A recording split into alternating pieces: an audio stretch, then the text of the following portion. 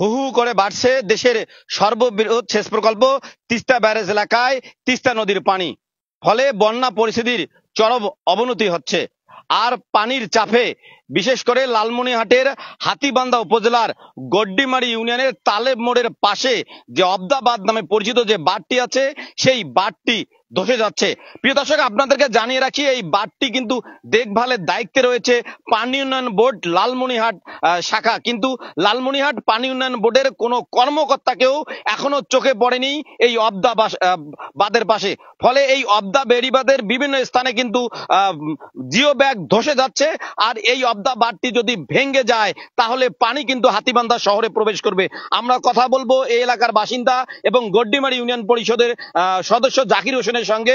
তার কাছে জানতে চাবো এই বেড়িবাঁধ সব মিলে বন্যার কি অবস্থা, একটু বলবেন? এইটা কি বলি আপনার, শুকনাস কালে যদি আমরা বলি যে ওয়াটার বোর্ডকে যে রাস্তাটা মেরামত করে দেন, তারা তো একটা মনে করেন এই রাস্তাটাকে পাইছে একটা গাভী। এই বন্যার সময় পানায় দুধ যেমন পানায় পানায়, শুকনাস সেজন্য কোনো কাজই করে না। এখন এই কাজ করে লাভ কি? যে কাল 3-4 দিন থেকে যে বস্তা একের পর এক ধসে যাচ্ছে, এদের কোনো মাথা ব্যথাই নেই। আমরা বারবার তার ছবি চাই আমার কাছে। আমি হোয়াটসঅ্যাপে আজকে সকালেও বৃষ্টিতে ভিজে আমি ওদেরকে ছবি দিছি। এসো বলে নাকি আসবে বলে ট্রেনে, বুঝেন? এসো কে গভর্নমেন্ট একটা গাইড দিল, সেই গাইডে না আসে বলে ট্রেনে আসবে উনি। ট্রেন 3টার সময় ট্রেনে উঠবে, এখন আল্লাহ জানে কটার সময় নামবে। এটা কাকে কি বলি আমরা?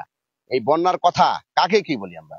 বন্যার সময় ওদের সবাই এই অবদাটা এই বাঁধটা তো দেখভালের দায়িত্ব দেখতেছে লালমনিরহাট পানি উন্নয়ন বোর্ড। এটি তো আমরা দেখলাম যে বিভিন্ন জায়গায় ধসে যাচ্ছে। এই যদি ধসে যায় তাহলে কি অবস্থা হবে? এইটা ধসে গেলে তো শুধু গড্ডিমারি ক্ষতি হবে না। আপনারা দেখছেন যে 17 সালে বন্যায় এই রাস্তাটাই ভেঙে যায়, কিন্তু আপনার হাতীবান্ধা রেল লাইন উড়ে গেছিল। এটা আপনারা দেখছেন, সবাই সারা বাংলার লোক দেখছে। এবার যদি মনে করেন এই যে এখন থেকে আরো যদি 1 ঘন্টা বৃষ্টি হয়, আমার মনে হয় না যে এই রাস্তা টিকানো যাবে। এই রাস্তা ভেঙে যায়। জরুরি ভাবে কি দরকার? এখানে অবশ্যই জিও ব্যাগ ডাম্পিং করা দরকার। আমরা যেমন দেখলাম আপনার মাধ্যমেই এই তন্ডিবাড়ি প্রকল্পের যে কাজটা হচ্ছে, সেই কাজটা করলে আমার মনে হয় টিকানো যাবে। এখনো আচ্ছা, আসার পথে আমরা দেখলাম যে মেডিকেল মোড় হয়ে তোমার তালেব মোড়ের যে এলজিডি সড়কটি, সেখানে কিন্তু পানি বের হচ্ছে। এটা 17 সালে বন্যায় ভেঙে যায়। ভেঙে যাওয়ার পরে এলজিডি শুধু নামসাম দিয়ে, আগে ছিল জিও ব্যাগ, ছিল ব্লক ছিল, আর এবার বিন্যাস থোপ গাড়ি রাখছে। যে এটা হাস্যকর ঘটনা একটা। ইউনিয়ন পরিষদ ইতিমধ্যে ওখানে 31,000 টাকা খরচ করছে, কোনো লাভ হয়নি। ওইটা অবশ্যই প্ল্যান করে 2 সাইডে ব্লকিং করে জিও ব্যাগ দিয়ে তারপরে আপনার ব্লক প্লেসিং করে ওই রাস্তাটা মেরামত করতে হবে। আমরা বারবার এলজিডি কে বলার পরেও, আমরা এলজিডি তে চিঠিও দিচ্ছি, কোনো কাজে আসে না এখন পর্যন্ত। এখন তো যে অবস্থা পানি, আপনি তো দেখে আসলেন যে পানি চুয়াচ্ছে, মানে নিচ দিয়ে পানি যাচ্ছে, এপারে পানি ওপারে চলে যাচ্ছে। যদি আর এরকম পানি চলে 1-1.5 ঘন্টার ভিতরে রাস্তাও বিচ্ছিন্ন হয়ে যাবে ইনশাআল্লাহ। ধন্যবাদ জাকির হোসেন। প্রিয় দর্শক, আপনাদেরকে জানিয়ে রাখি যে লালমনিরহাটের হাতীবান্ধা উপজেলার গড্ডিমারি ইউনিয়নের যে তালেব মোড় রয়েছে, তালেব মোড় থেকে দক্ষিণ দিকে যে বেরি বাঁধটি রয়েছে, যে অবদাবাদ নামে পরিচিত, যে বাঁধটি দেখভাল করেন পানি উন্নয়ন বোর্ড, লালমনিরহাট পানি উন্নয়ন বোর্ড। কিন্তু এই বাঁধটির বিভিন্ন স্থানে জিও ব্যাগ গুলো ধসে যাচ্ছে। যে আর একটু পানির চাপ বাড়লে বা বৃষ্টি হলেই কিন্তু ভয়াবহ অবস্থা হবে, এই বেড়িবাঁধটি ভেঙে যাবে। আর এই বেড়িবাঁধটি যদি ভেঙে যায় তাহলে পানি কিন্তু হাতীবান্ধা শহরে প্রবেশ করবে। আমরা এখানকার লোকজনের সঙ্গে কথা বলেছি এবং এখানকার ইউপি সদস্য আমাদেরকে যেটি জানিয়েছেন, তিনি এ নিয়ে লালমনিরহাট পানি উন্নয়ন বোর্ডের কর্মকর্তার সঙ্গে কথা বলেছেন, কিন্তু এখন পর্যন্ত কোনো কর্মকর্তার দেখা মেলেনি।